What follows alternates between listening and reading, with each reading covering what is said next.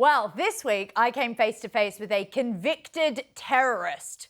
Look, only in modern Britain could a criminal who plotted to bomb a British embassy be given the keys to number 10.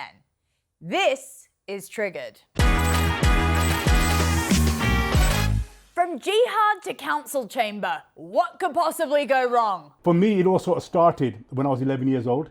I was attacked and beaten up by a gang of skinheads, grown men.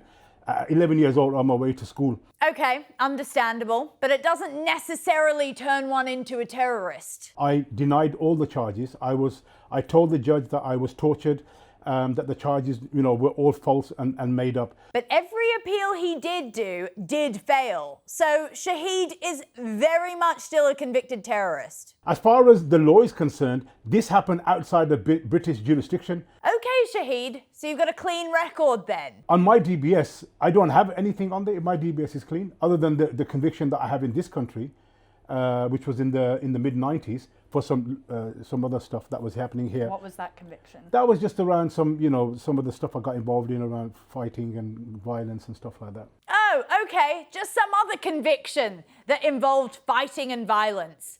But the terror charges, oh yeah, they're completely false. I'm not trying to make out that I'm this goody-goody two-shoes kind of guy. Yes, we figured that after you were collaborating with one of the most high-profile terrorist groups and plotting to bomb a British embassy and a Swiss hotel, among other things. I didn't grow up in a privileged society or in a privileged family or in a privileged way. I grew up on the streets. Okay, maybe, just maybe, he is a reformed individual.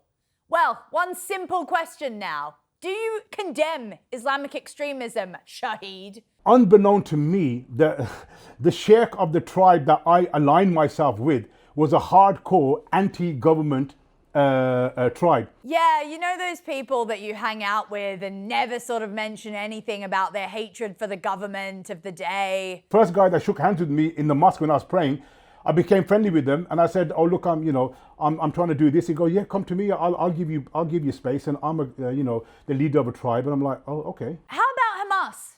Do we condemn that prescribed terrorist organization? Hamas is a legitimate group that is fighting for the freedom of the Palestinians. Oh, not so reformed then. I then double down. So they're not a terrorist organization? No. Right, Hamas, that group that wakes up every day with a far-right, hell-bent plan on throwing people off buildings, taking Jews hostage and hiding them in hospitals.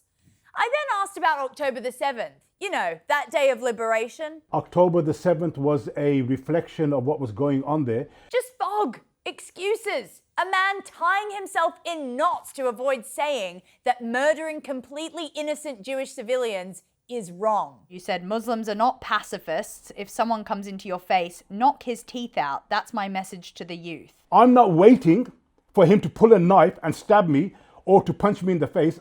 I'm saying that the law allows me to do a preemptive strike, so I'm going to do a preemptive strike, and my preemptive strike more than likely will knock their teeth out. Ah, so that's the reform. From refusing to condemn terrorism to threatening violence. More than likely will knock their teeth out. And then, just when you think it couldn't get more revealing, we get this. I am not a pacifist. I don't believe in turn the other cheek. My religion doesn't teach me that. My religion does teach me forgiveness, but an eye for an eye and a tooth for a tooth. There it is. Biblical vengeance, spoken calmly by a man potentially trusted with public office. Britain is now so desperate to appear tolerant that it's forgotten what intolerable actually looks like. And you almost can't even blame them. Labour has caused this because Prime Minister Keir Starmer has made so many U-turns and clearly doesn't know where he stands that over 60 independent pro-Gaza people will stand in the next election because they know they're going to pick up the votes.